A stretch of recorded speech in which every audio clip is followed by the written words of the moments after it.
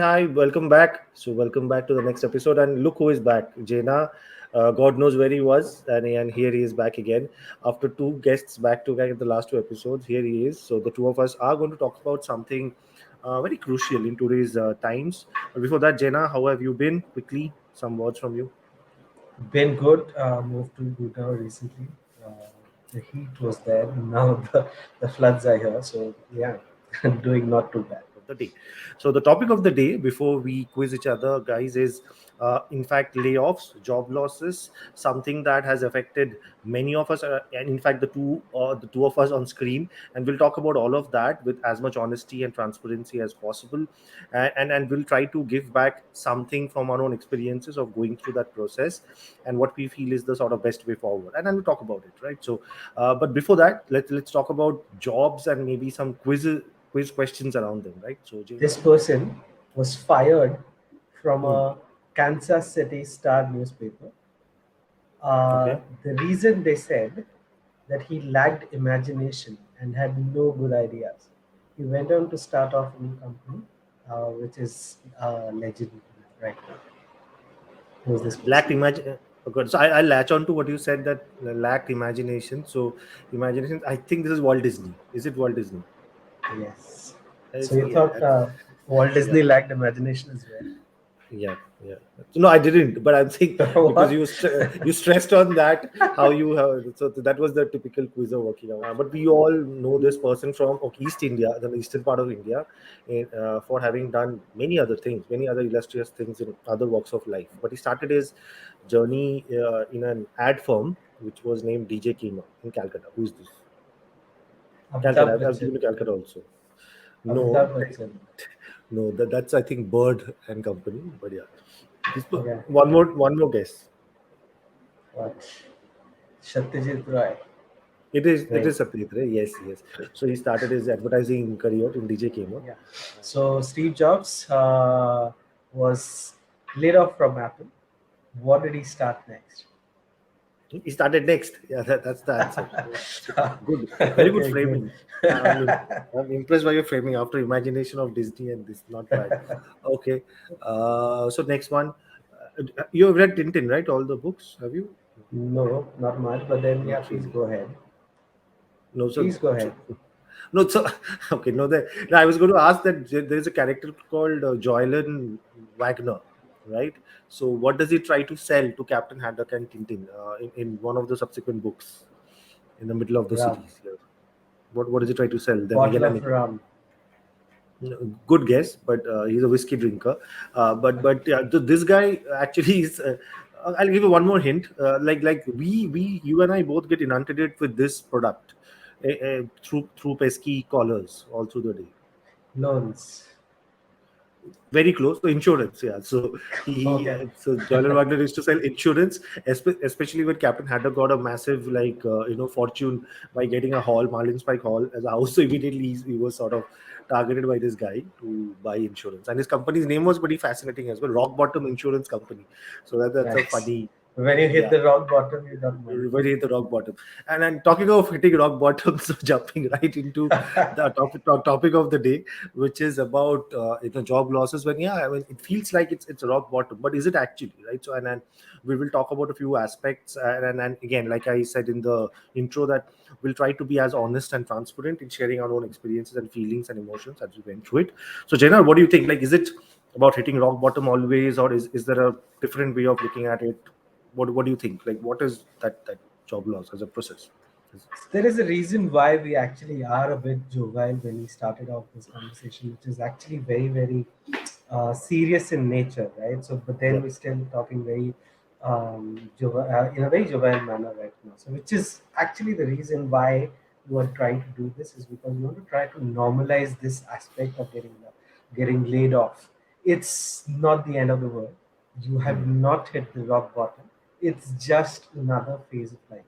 Yeah, something didn't work out. Something's more or less 90% of the time it's not your it's nothing to do with you. It's something to do with something external, being the company, their changes, what is happening beyond your control.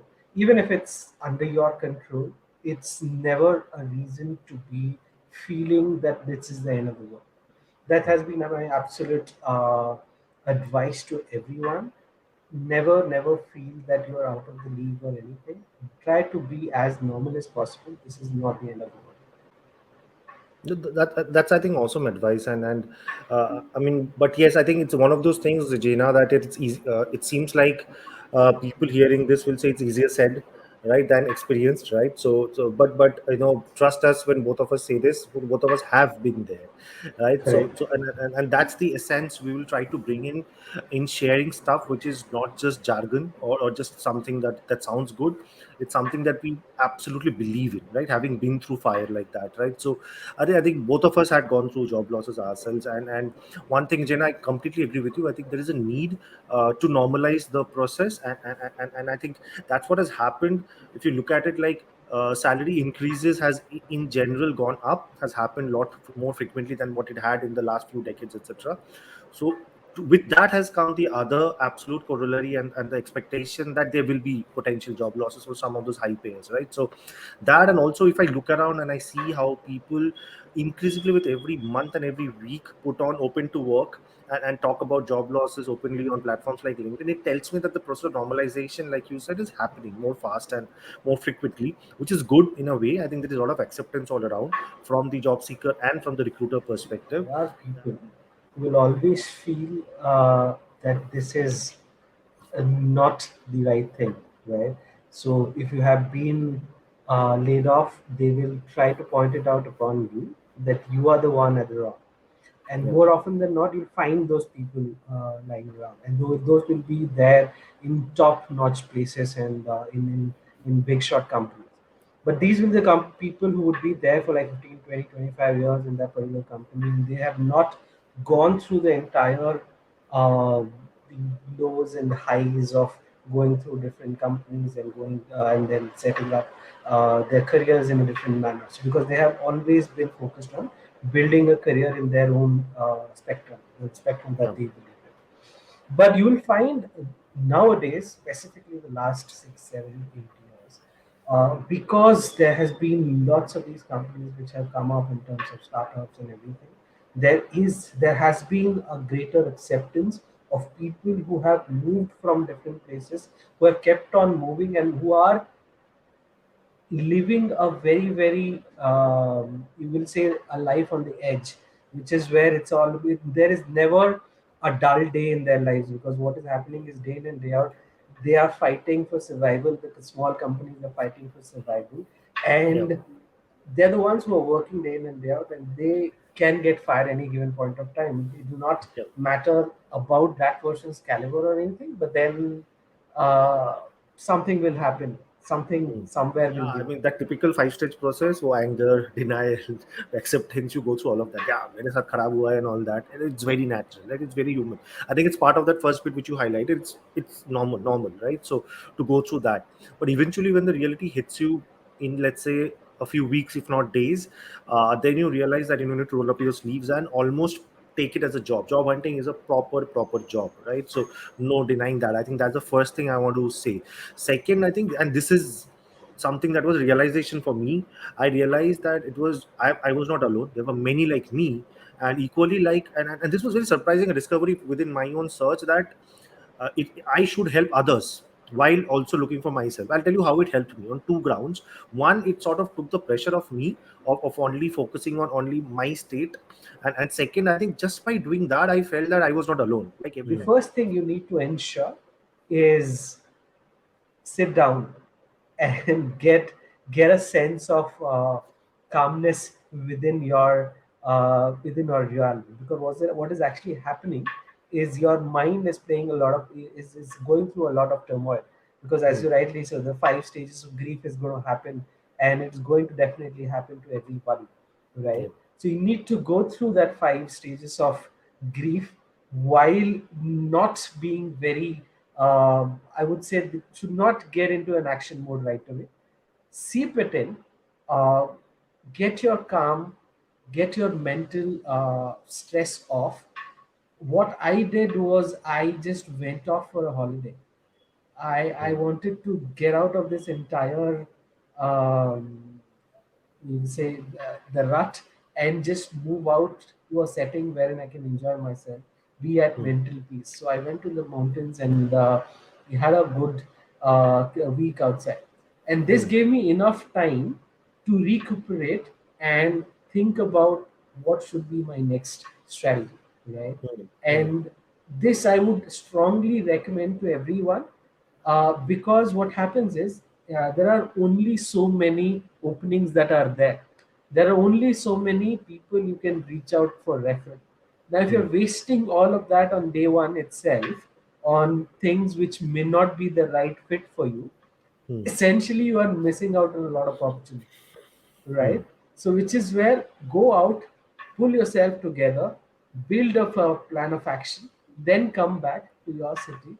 Then you start with the next phase, which is what you said, the actual job of looking for a job.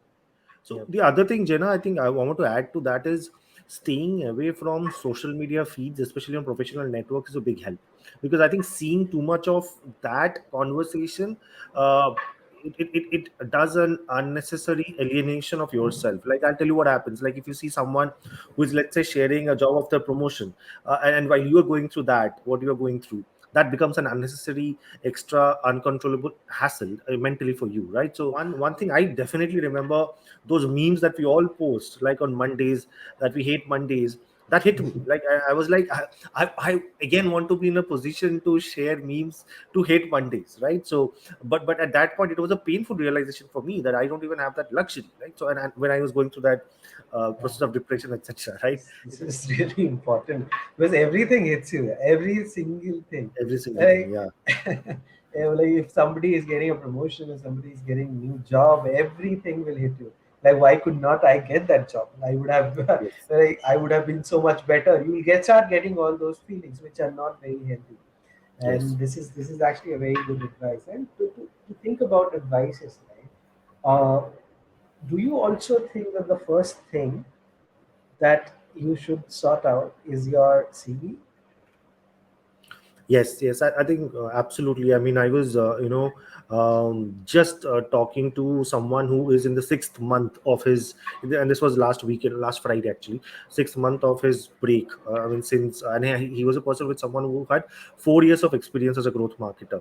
So someone who is clearly sort of was on a path and then has been now affected through a job loss, right? So, and he was at a loss, and he was like, something was completely working for me. I was picking up skills which seemed to be perfect, and now I was initially telling me in the first few months that this was the macro scenario which has affected me, but now I've started to question myself. This is my CV, so what do you think, right? So I think yes, and while looking at the CV, I realized he was not actually projecting his strengths in the best possible way, and I had to then ask him to cull out some things which are not really relevant to his pitch, right? I think Hmm. it's very important to not be greedy, or rather not play safe, that and put everything in, right? So I mean, that simple thing that we learned about making CVs, that keep it simple, don't stuff in everything. A one page CV is actually the best CV.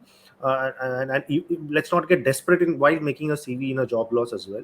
Making a crisp CV with your clear pitch of what is your 60-second pitch, 2-minute pitch, and 5-minute pitch, that should land properly with proper proof points. I think that's what I told the guy. And absolutely, to your point, I think making a CV is a critical thing, and maybe revising it also basis experiences in interviews that you will be giving as well. These are the Do you two have things. any hacks for that? So, like, no, don't write anything that is more than 2 lines as a bullet point, and every bullet point should be supported by a proof point, which is a quantified proof. That's the Okay. only hack. What's your take? I myself have a three-pager CV, which is a different thing altogether. Like, my Hmm. first page is my highlight, and second and third are my highlights. Okay. Sorry, first page is my summary, and second and third Summary. are Yeah. my highlights. Yeah. So I always ensure that I put a section which is talking specifically about me as a human. Me Okay. as the human factor needs to Nice. be there, which is like I talk about cricket, I talk about quizzing, I talk about my love for travel and things like that. Right? Those 4 or 5 things that are mentioned as a footnote in my CVs always. Because what happens is, I'm like, in almost all the interview process that I've been a part of, Hmm. people have started their conversation after picking one of those points out, and that always is a very good breaking the ice point, because what Hmm. happens is you are talking about something you are truly passionate about. Like I should Yeah. not be writing things about which I'm not passionate about. For example, I'll not put whitewater rafting and things like that. I like what, Yeah. what actually is Yeah. something. That I tell you, that has happened. So like I put cricket in one of my this thing, and this CEO of a company who's a avid cricket fan. He's a cricket commentator as well. We had a really good conversation on the cricket team that was selected. There was another time when like tons of times when we have talked specifically about quizzing with people, because you'll find a lot of these CMOs who have been in the quizzing circle Yep. in their past, and they want to be in the mix of the thing. So they would be picking that thing up. So this has worked for me big time. Another thing that actually is like a process for me Hmm. is it's like a process. Okay, so the first thing that I need to do is I have a set of openings or set of positions that I want to apply to while Hmm. going through the process. Right? What I would do is I'll check out all the people in my connections who have gone through that transition the last couple of years, and Hmm. I'll ask for their CVs to those people. Yeah, Okay. Nice. Nice. and those are the five, six, seven CVs that I'll take up, and I'll base my CV based on those set of guys. Got it. And because essentially these were the successful CVs that I'm picking up from a Yep. Yep. pile of say 100, 200 CVs, right? And if they were picked up, my CV will be picked up for sure. So this is the hope that I will be taking up, and I'll be changing my CV around. In fact, I don't have one CV. I have at any point Uh, of time, I actually have some 20, 25 CVs of mine. This is a, I think I'm sharing this for the first time. And I'll tell you why. Because let's say your profile is something which can be cut as a brand marketer, as a growth marketer, at a company level as well. Let's say a traditional company, CPG company, let's say a dot com or a media firm. So in my case, I had to obviously optimize from my years of experience, those experiences which need to be over indexed for that particular application, right? Number one. And second, there is obviously an introduction section, the about me, etc. Like you said, the one that talks about who you are as a person. That version I used to change as well.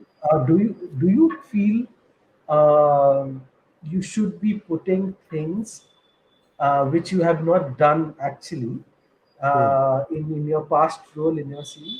Does it make sense? No, no, but I am absolutely never going to say yes to this. Like I mean, it shows through, yeah. Like I mean, even if you say it and give a killer interview, and I have been duped by people in interviews, but that guy gets caught out very soon, like after 2 3 months, Very if soon. not, yeah, yeah, Hey, yeah. this is something that I would advise every single person in this world. Never fake it in a CV unless you Yes, can actually speak at length about it. Like yes, if a genuine person is talking to you, you can hold your foot. If you are able yes. to do that, then only you can put it like a specialization or something that you can talk about. But if you have Correct. not done anything, do not ever get into that kind of a thing. At times you think that I was a part of the extended team who did Right. this XYZ, right? And putting that as I did this. I mean, you are literally two questions of how away from being caught out in the interview itself. Forget about in the Yeah, job, right? So, and this yeah, will definitely give away with whatever positives that you have done in within yeah, that interview process till there. That's a yes, very big red flag. At least for me as a recruiter, also, it's a massive yes. red flag. Yes, and Jenna, I want to tell you this, and this I am personally doing with a few other seniors, that the background checks, which earlier used to be like outsourced to some, I don't know, some BPO or someone, is now being done personally. Like literally everyone is or maybe two LinkedIn connections away from other, if not knowing that other person personally from the company that you are coming in. And once you reach a certain seniority as a recruiter, as a CXO, you pick up the phone and ask the CXO of the other person on trust basis कि ये बंदा interview दे रहा है मेरे opposite बैठा है literally abhi diya kaisa hai, right? So do not even try. Like the background checks are so easy these days, and they're so transparent, because Yeah, if a person is laying a certain number of X people off, and that person is interviewing, let's say after 2 3 months in another company, that question will be asked, right? So these questions are being asked more than ever before. Like so let's not even try to hoodwink someone of not being someone you are not. let's talk about referrals, okay? Because whenever you open LinkedIn, 10 people would be there in your Yeah. messaging section in your DM Yes. asking for a referral for a certain. gig in your company, it does not matter if the company is, if Yeah. the opening is in India, Yeah. Bangkok, or say, Singapore, or even, so for example, Turkey and everything. Yes. Uh, what is the right way to go about it? Referral is a one-time thing. Right? If Hmm. it's I will not refer you if I have already referred you like 1 week back, Hmm. and like if I don't know you personally, right? So Hmm. if it were you and you're asking me for multiple referrals, definitely I'll go and do it for you. Yeah. But the thing is, I need to be, as a referee, I need to be very, very sure about this particular person, even if I have not worked for with that person. But I Yes. need to know that okay, this person is actually a good fit for the role I'm going to Yes. refer that person to. So that Yes. that process has to be done. So and I expect the due diligence to be done by that person, right? Because what is going to happen is you are going to pitch yourself. Your CV is all about growth marketer, and you are going to apply for a sales manager, and you are Hmm. asking for a referral for that. So then you are losing me.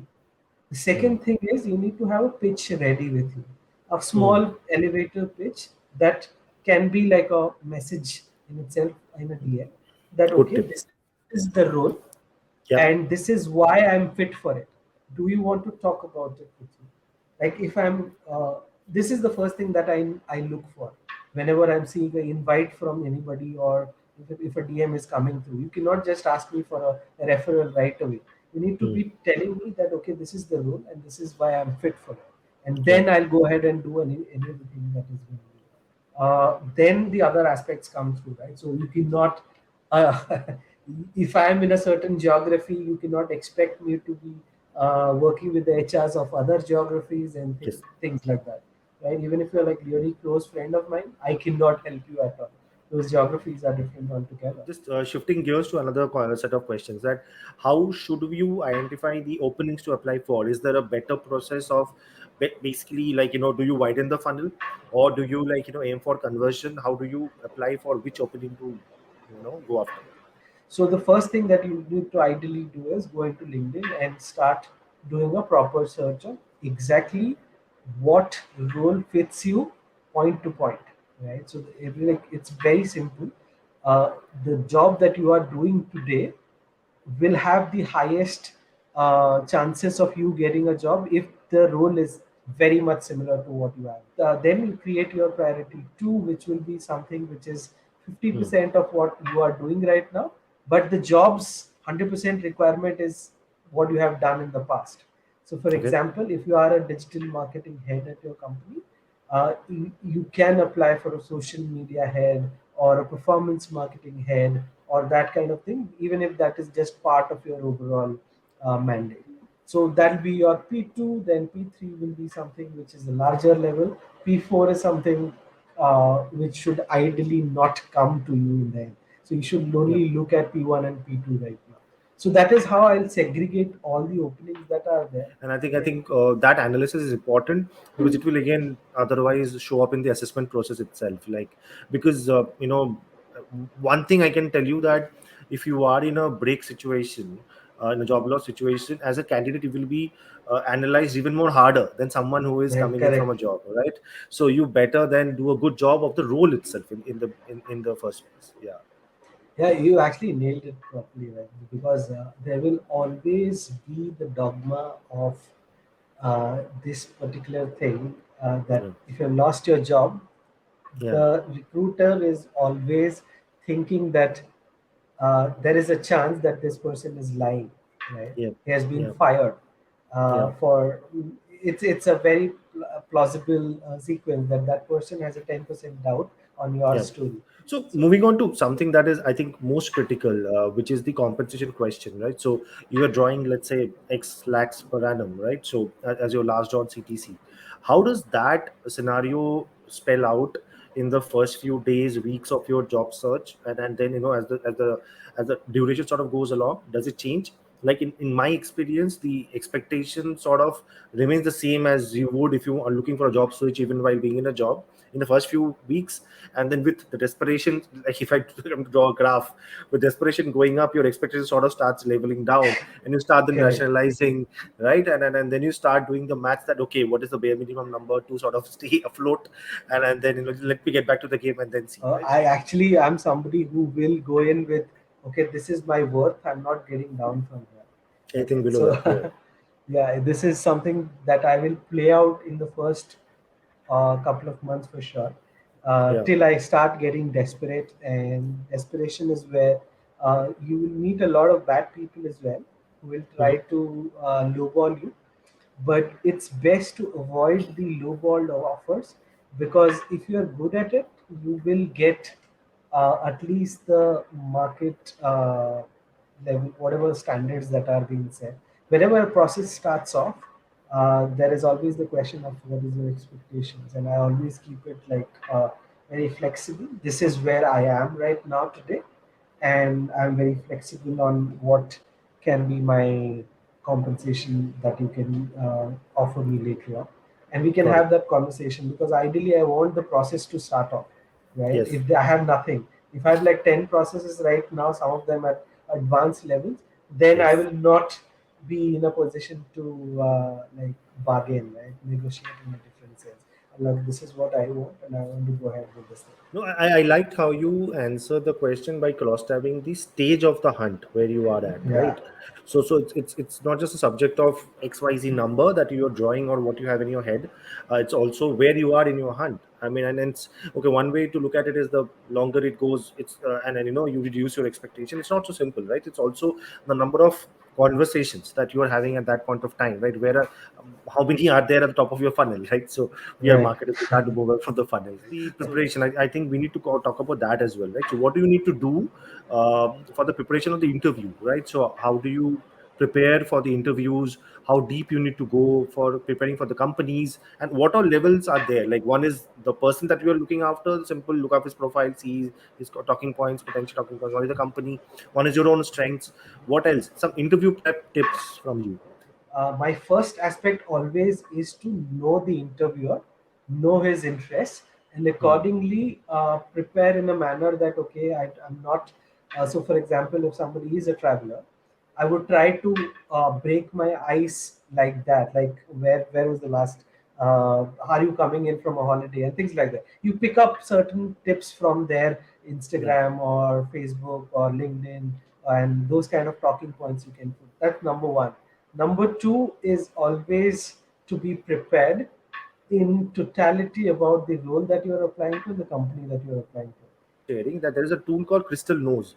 So on LinkedIn, if you the moment you get the profile of the company and the likely interviewer, you can actually use Crystal Knows, and it does a quick psychometric analysis of the person, bases the feed of that person on LinkedIn, historical feed, and gives what is that person's personality type, like Nice. INFJ or whatever, right? It actually does that. You could try it out. So there is a free credits that I got a premium account of that.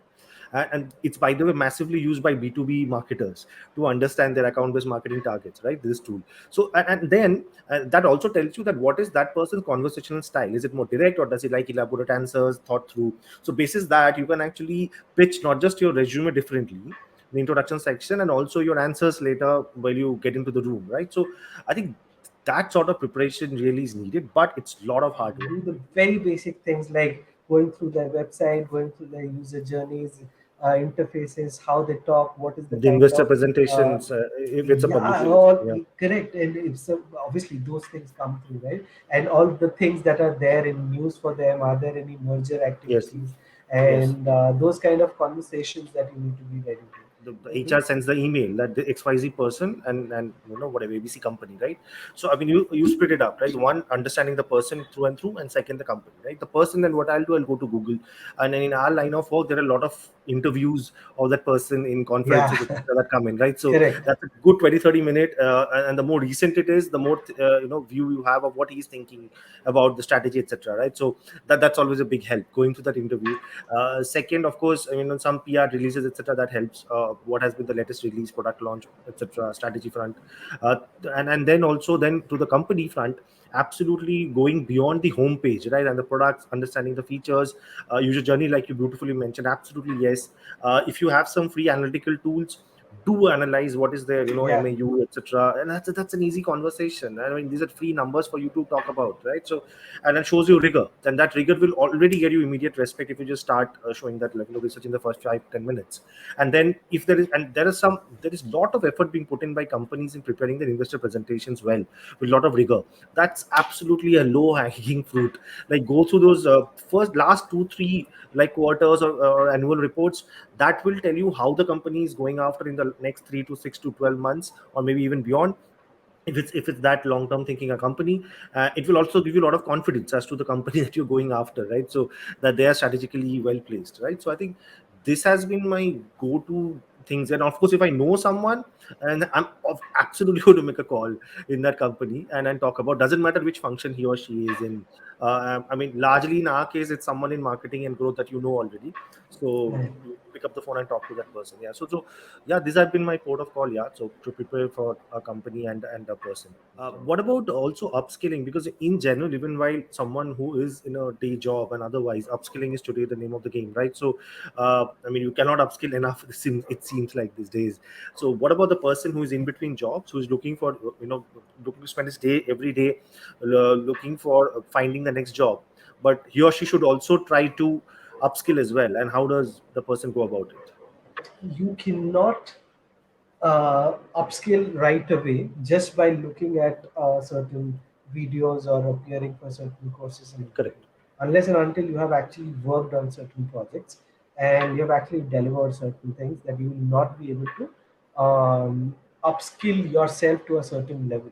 Having Yes. said that, it's very important to have enough knowledge about a certain thing so that you can drive a conversation. For example, if my company is going through a lot of these talks around AI, ML, and things like that, although I have not delivered any work, I would ideally want to hire somebody who can talk the same language, even if that person has not done anything around it. Right? I agree with the first point that you mentioned 100%, that what good is upskilling if it's not a practitioner's upskilling that you're doing, right? So, and my clue then to the job seekers in a break scenario will be that offer your services pro bono. Like, I mean, I would Ah, say 8 out of 10 people will say that, say yes. The moment you say that, I'm in a good situation, I don't want a job, but if you have an opening, let me just intern with you or whatever, right? So give you my free consultancy or something on XYZ regard to help you solve your problem statement.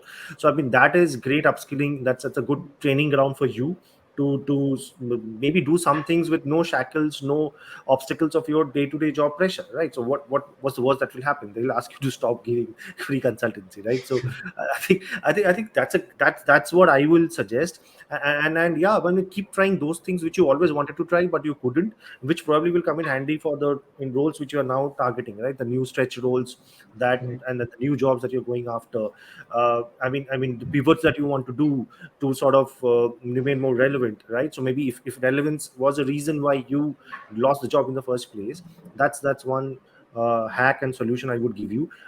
Don't be in a hurry to look at it as a side, income Hustle. generation hustle. I think that's a wrong way of looking at it. I think, like in everything else, just looking at it from a point of learning through doing will be good. Yeah.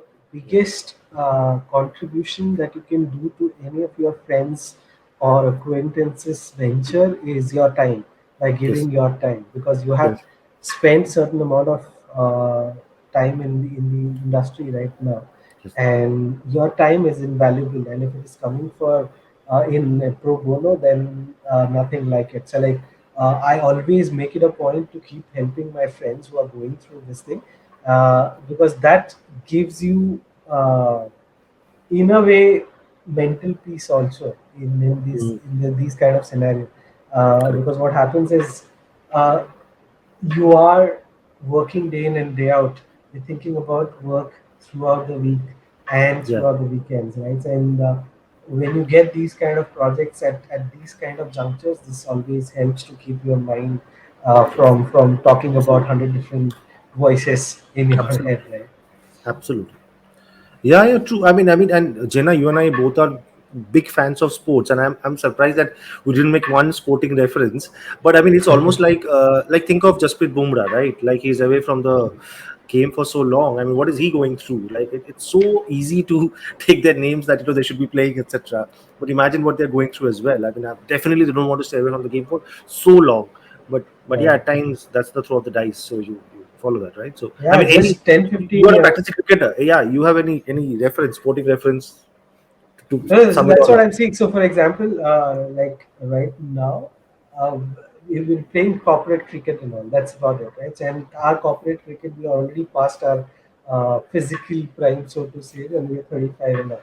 Right? We have Right. like 5, 10 more years to spend more in the cricket field. The And back, if you the get, back is yeah. Okay. so you have to recuperate and everything, right? So, yeah, you're right. Back is giving out right now. Hmm, hmm, But yeah, so the thing that happens is you have very small amount of time that is left, and if you're hmm. injured, you're losing out 2 months just for a hamstring that you pulled in the last match, right? Yes, And that takes away a lot of opportunity cost, so to say, that yes, could have been taken up, right? So you could have scored so many runs, and in this case, you could have made so much more money in those 2, 3 months that you don't have any job. Opportunity cost is always something which is zero in the first place. So there was no cost to it. You are not earning that money. You're thinking you're earning that No, money. I think thank you so much for your time and your wonderful, honest, thoughts that you shared. I think one reflection that I have when you and I are both now grateful to have one job right now, and then having been through that at some point, right? I think going all in every day is a thought that I now go with every day when I go to office, right? And being thankful for the opportunity to just go that 1% better every day. That is something I'm grateful for. Thank you. I think this was a very, very significant episode. I would say probably this was the most significant of what we like to believe all of our significant episodes. We recorded this with smiles on our faces, but that was by intent, by design. And again, like if anyone wants to reach out to us, our email IDs are right there. You can reach out to us on our LinkedIn profiles or otherwise on personal IDs. We'll be happy to help you out in any possible way in our capacities. Yeah. Thank you. Thank you so much. Thank you for your time and listening in. God bless. Thanks, everyone.